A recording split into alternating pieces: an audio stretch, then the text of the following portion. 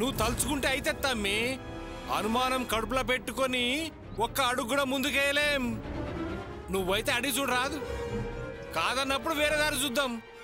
పిచ్చి భగవాన్, ఆల్రెడీ అల్లుడి గారి అమ్మా నాన్నకి నా మీద అల్లుడి గారి మీద పీకల దాకా కోపం ఉంది. ఆ అల్లుడి గారి మాటలకేం మెత్తపడరు కానీ వదిలేసి. ఆగండి మావయ్య, మా అమ్మకి నా మీద ప్రేమ ఎక్కువ. ఆవిడని ఎలాగోలా ఒప్పించి సంతకం పెట్టించే ప్రయత్నం చేస్తాను. అరే ఇంకేముంది తమ్మి, ప్రేమ ఉన్న కాడ పని గ్యారెంటీ అవుతుంది. ప్రేమతోనే పని చేసుకురా. బెస్ట్ ఆఫ్ లక్ తమ్మి. సరే అండి, నేను వెళ్ళి అమ్మతో మాట్లాడొస్తాను. గో హెడ్ తమ్మి, లేట్ చేయకు. అల్లుడు,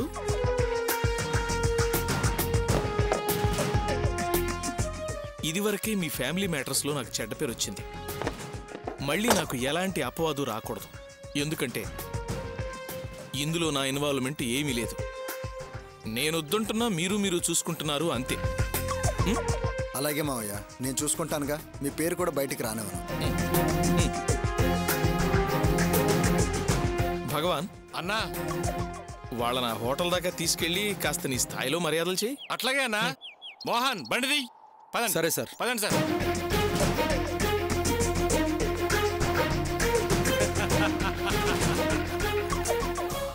అది అన్నంటే హ్యాండ్ తగలకుండా బ్యాండ్ వాయించేస్తున్నావు. వద్దు వద్దు అంటూనే అల్లుండి గట్టు ఉరికేటట్టు చేసినావు. ఏదైనా బాగా సొంసాయించి చేస్తావన్నా. ఒకసారి పాలిటిక్స్ లో కూడా ఏలు పెట్టి రాదే. అవసరం లేదు భగవాన్, అన్ని పార్టీల్లోనూ మనవాళ్ళున్నారు. అందరి క్యాషు మన దగ్గర రొటేషన్లో ఉంది.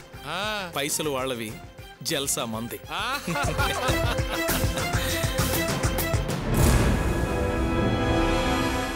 ఆ భాగ్యం ఎంత గొడవ చేసింది. దాని ఇల్లు మనదయ్యి అది రోడ్డు పాలై బిచ్చమెత్తుకునేలా చేస్తాను. అప్పుడు తెలుస్తుంది మాధవరావు అంటే ఏంటో దానికి. భగవాన్ అన్నా, వాసుకి ఆశలు రేపితే చాలయ్యా.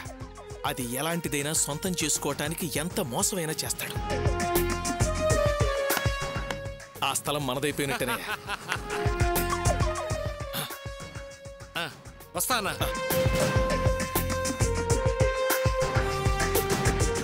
వసే భాగ్యం, ఇక నువ్వు ఆ భాగ్యురాలివేనే.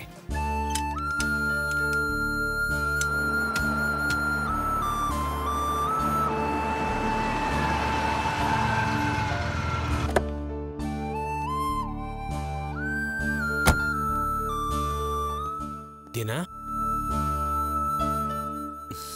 హలో గోపి. పర్వాలేదు, ఎలా ఉన్నారు? బాగున్నానండి, మీరెలా ఉన్నారు? చాలా బాగున్నాను. ప్రియ ఎలా ఉంది గోపి? తను బాగుందండి. నా గురించి ఏమైనా అడుగుతుందా? నాకు తెలిసి అసలు అడగదనుకుంటాను. మీరేం బాధపడకండి, అన్నీ తొందరలోనే సర్దుకుంటాయి. నేనేం బాధపడను, ఎందుకంటే నువ్వు మాటిచ్చావు కదా. ఎలాగైనా మా ఇద్దరిని ఒకటి చేస్తానన్నావు. నీ మాట మీద నాకు నమ్మకం ఉంది. కాకపోతే తను నాతో మాట్లాడితే 6 నెలలు ఆగకుండా ముందుగానే పెళ్లి చేసుకోవచ్చని చిన్న ఆశ. ఆ విషయమే మాట్లాడి వెళ్దామని వచ్చాను. సరే గాని మీ బాబు ఎలా ఉన్నాడు? బాగున్నాడండి. వాడు చల్లగా ఉండాలి. సరే గాని కార్ చాలా బాగుంది, ఎవరిది? నాకు తెలిసిన ఒక సార్ది, అమ్మకానికి ఉంది. మీ వాళ్ళెవరైనా ఉంటే చెప్పండి. అలాగా, నా ఫ్రెండ్ కూడా ఉన్నాడు. అతను కార్లు కొంటూ అమ్ముతూ ఉంటాడు. అది సరే, సింగిల్ ఓనరా డబుల్ ఓనరా? సింగిల్ ఓనరేనండి, పైగా ఆయనే డ్రైవ్ చేసేవారు. ఏమైనా రిపేర్లు ఏమైనా ఉన్నాయా? పెద్ద మేజర్ రిపేర్లు ఏం లేవండి. నేనే బండి చెక్ చేశాను, కండిషన్లో ఉంది. ఎంత చెప్తున్నారు? ఆయన 4.5 దాకా ఎక్స్పెక్ట్ చేస్తున్నారు. 4.5ఏనా? నా ఫ్రెండ్కి చెప్పి సెటిల్ చేస్తాను. గోపి, కాస్త ప్రియని కన్విన్స్ చేయి. మా అమ్మ చాలా ప్రెషర్ చేస్తుంది. నేను మాట్లాడతానులేండి. సరే, వెళ్ళొస్తాను గోపి. అలాగే. నెక్స్ట్ టైం వచ్చినప్పుడు మంచి శుభవార్త చెప్తామని ఆశిస్తున్నాను.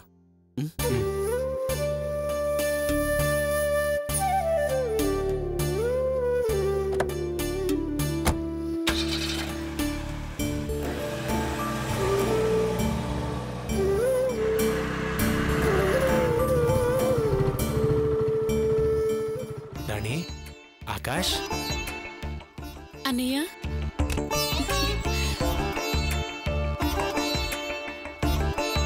ఏమ్మా రాణి బాగున్నావా? బాగున్నాను అన్నయ్య, నువ్వెలా ఉన్నావు? బాగున్నానమ్మా. ఆకాష్ బాగున్నావా? ఫైన్ బావగారు, మీరెలా ఉన్నారు? నేను బాగున్నాను. వదిన, బాబు, ప్రియా బాగున్నారు అన్నయ్య? అందరూ బాగున్నారు. అయినా మీరేంటి ఎంత దూరం వచ్చారు? ఒక ఫోన్ చేస్తుంటే మేమందరం ఇంటికి వచ్చేవాళ్ళం కదమ్మా. మేమిక్కడే నీతో మాట్లాడి వెళ్దామని వచ్చామన్నయ్య. అది ఇంట్లో మాట్లాడే విషయం కాదు. ఏంటమ్మా ఇంట్లో మాట్లాడకూడని విషయం? నువ్వు చెప్పు ఆకాష్. రాణి ఏంటి చెప్పడానికి వెనకాడుతున్నావు? చెప్పమ్మా. బావగారు, కంగారు పడాల్సిన విషయమేం కాదు, సంతోషించదగ్గ విషయమే. నేను రాణి హనీమూన్కి సింగపూర్ వెళ్తున్నా. సింగపూర్ వెళ్తున్నారా? చాలా సంతోషం. ఎప్పుడు వెళ్తున్నారు? ఈ రోజు నైట్కే బయలుదేరుతున్నాం బావగారు. ఈ రాత్రికేనా? అవును బావగారు. యాక్చువల్లీ మేము ఊటీ కొడైకెనాల్ వెళ్దాం అనుకున్నాం, కానీ నా ఫ్రెండ్ ఒకడు ట్రావెల్స్ పెట్టాడు. సడన్గా వాడు వచ్చి 2 టికెట్స్ ఇచ్చి వెళ్ళాడు. ఆ విషయం మీతో చెప్పి వెళ్దామని వచ్చాం. బాగుంది. మా రాణి విమానం ఎక్కుతోందంటే నాకు చాలా ఆనందంగా ఉంది. సరే రండి, ఇంటికెళ్ళి మాట్లాడుకుందాం. వద్దన్నయ్య, ఇప్పుడు ఇంటికొద్దు. ఏమ్మా మీ వదిన్ని బాబుని చూడవా? నేను చూశాను, మాట్లాడాను. ఇక మేం వెళ్తామన్నయ్య. అదేంటమ్మా అలా అంటావు? నువ్వు మా ఇంటికి రాకూడదా? రాకూడదని కాదన్నయ్య, ఇంటికొస్తే అక్కడ ప్రియ ఉంటుంది. పాపం తను బిడ్డను పోగొట్టుకున్న బాధతో ఉంది. మేమక్కడికొచ్చి సింగపూరు హనీమూను అని హ్యాపీగా మనం మాట్లాడుకుంటే తను బాధపడుతుంది. అందుకే ఇంటికొద్దంటున్నాను. నా చెల్లెలు అనిపించావమ్మా. నిన్ను చూస్తుంటే నాకు చాలా గర్వంగా ఉంది. ఈ విషయం వదినకి కూడా చెప్పన్నయ్య. అమ్మా నాన్న మాట్లాడుకుంటున్నారట కదా, అమ్మొచ్చి నిన్ను క్షమాపణలు కూడా అడిగిందట. గతంలో లాగా అందరం కలిసిపోయామని అమ్మ చెప్పింది. అవునమ్మా, ఆవిడ మారాననే అంటోంది. చివరిదాకా అలా ఉంటే మంచిదేగా. తను మారిందిలే అన్నయ్య. ఇల్లు కూడా నీ పేరుని రాసిందట కదా, వాసు సంతకం పెట్టాలి అంతే అంది. వదిలేయమ్మా, నా సంగతి నీకు తెలుసు కదా. నేనేం చేసినా నా కష్టంతోనే సంపాదిస్తాను. సరే అన్నయ్య, మరి మేం బయలుదేరుతాం. వస్తాం బావగారు. ఒక్క నిమిషం అమ్మా. ఏంటన్నయ్య?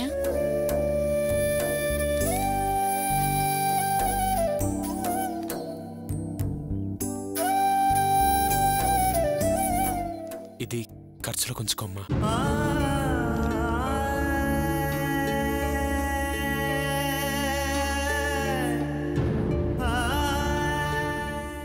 అన్నయ్య, దీనికి ఏదొస్తే అది కొని దాన్ని నా ప్రాణంగా చూసుకుంటాను.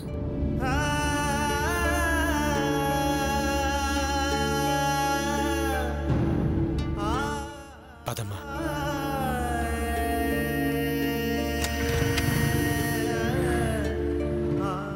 కూర్చోమ్మా. వెళ్ళొస్తాం బావగారు. వెళ్ళొస్తానన్నయ్య. జాగ్రత్త.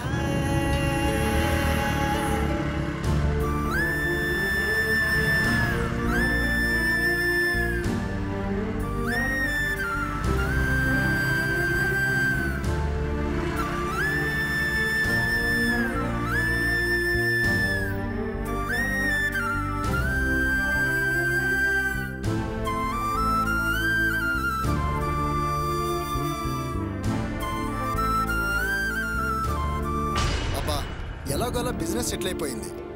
ఇప్పుడు ఈ ఫ్లాట్స్ వ్యవహారం కూడా మనదైపోతే కాస్త లెవెల్ పెరుగుతుంది, లైఫ్ స్టైల్ మారుతుంది, నలుగురిలో గౌరవ మర్యాదలు కూడా పెరుగుతాయి. అనుకున్నదంతా బాగానే ఉంది, కానీ అసలు అమ్మ దగ్గరికి వెళ్ళి ఎలా మొహం చూపించాలి?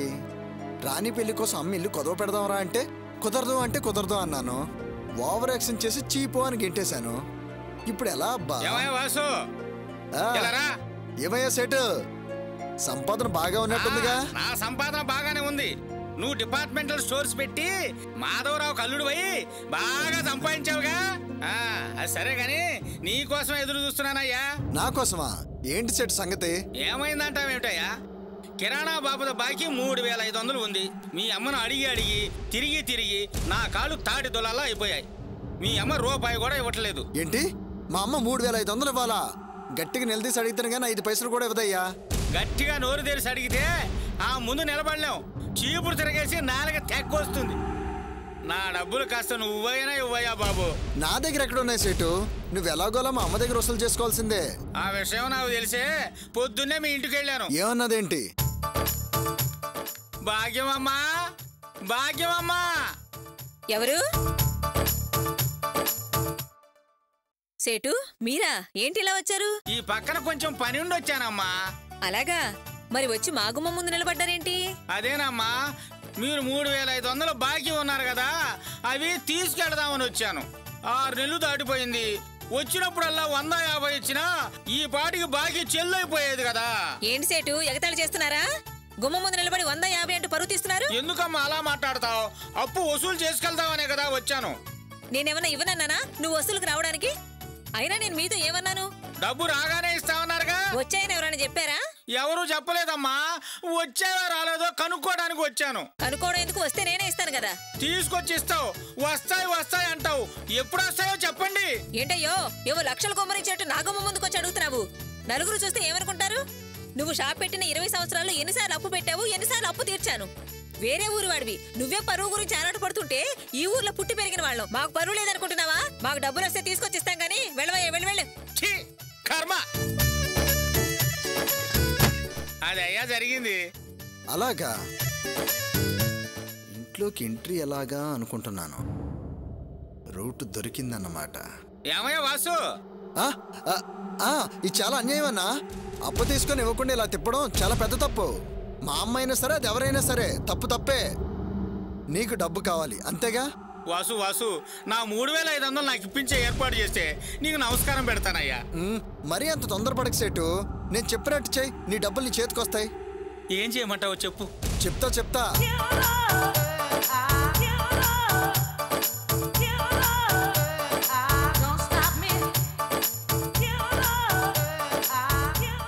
గ్యారెంటీకి వస్తాయంటావా? గ్యారెంటీకి వస్తాయి.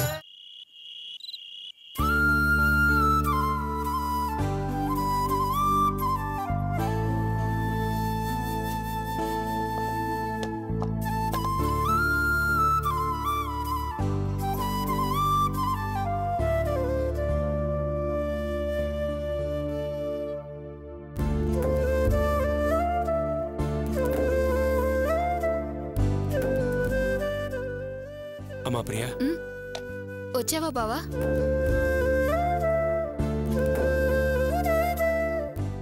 నాకు కొంచెం నీళ్లు తోడు పెట్టమ్మా. సరే.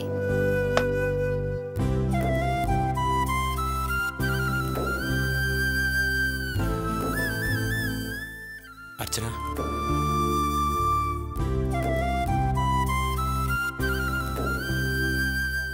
ఇందాక రాణి ఆకాష్ నేను పనిచేసుకునే చోటుకొచ్చారు. వాళ్ళిద్దరూ హనీమూన్కి సింగపూర్ వెళ్తున్నారంట. ఆ విషయం నీతో నేరుగా చెప్పలేనందుకు వాళ్ళిద్దరూ చాలా బాధపడ్డారు. వాళ్ళు నీతో ఎందుకు చెప్పలేదో తెలుసా?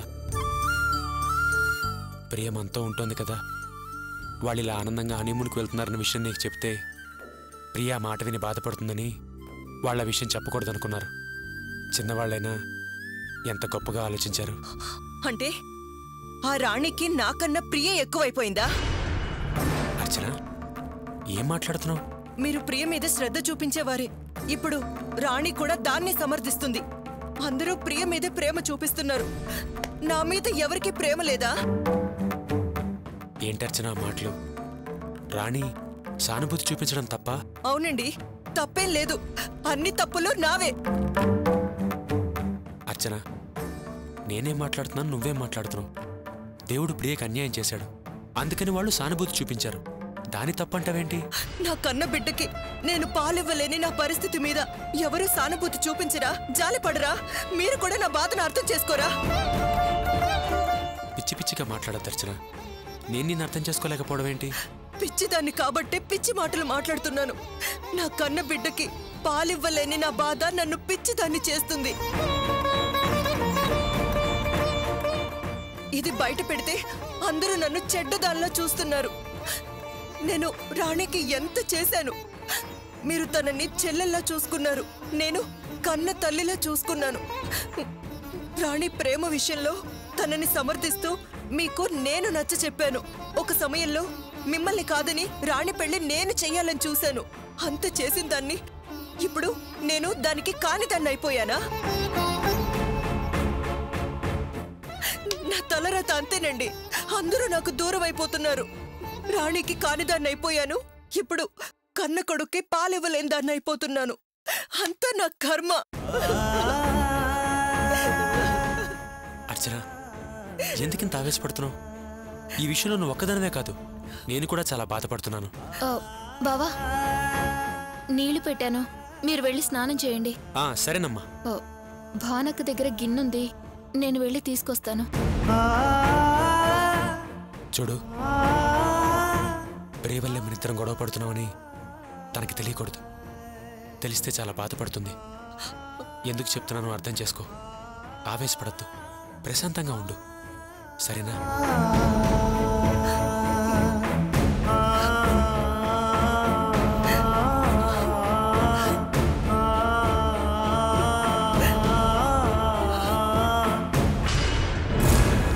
భాగ్యమా, భాగ్యమా,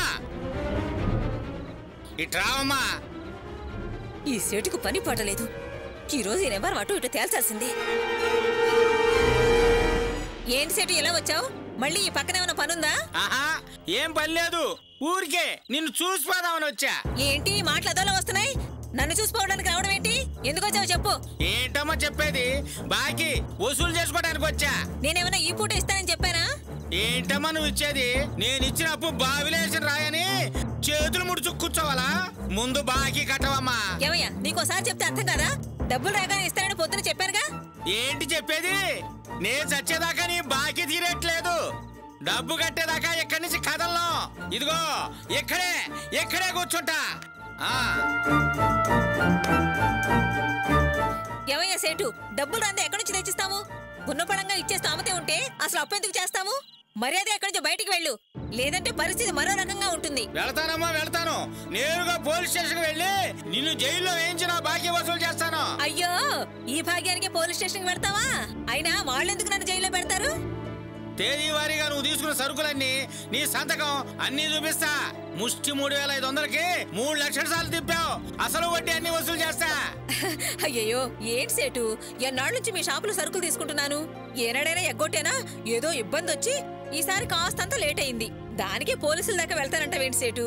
మెత్తగా అడిగితే రివర్స్ లో బెదిరిస్తున్నావుగా, అందుకే స్టేషన్ లోనే తెలుసుకుంటా. అయ్యయ్యో, కాస్తంత ఓపిక పట్టండి సేటు. ఓపిక పట్టే పనే లేదమ్మా. ఇస్తే డబ్బులు ఇప్పుడే కట్టు, లేదా స్టేషన్ లోనే తెలుసుకుందాం, అంతే.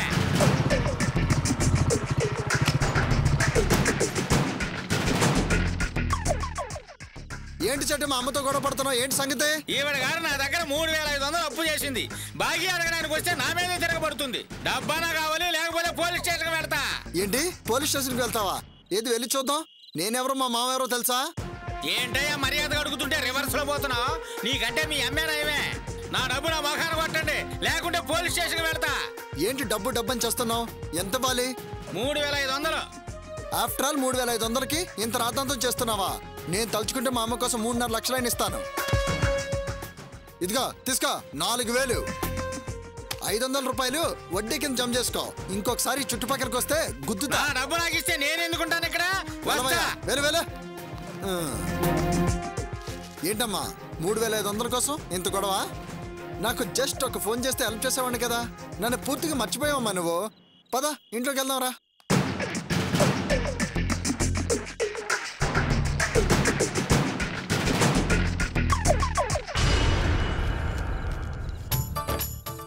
అక్కడ ఒక రకంగా మాట్లాడాడు, ఇక్కడ ఒక రకంగా మాట్లాడుతున్నాడు. నాకేం అర్థం కావట్లేదే. అయినా మన డబ్బు మనకు వచ్చిందిగా, మనకెందుకు?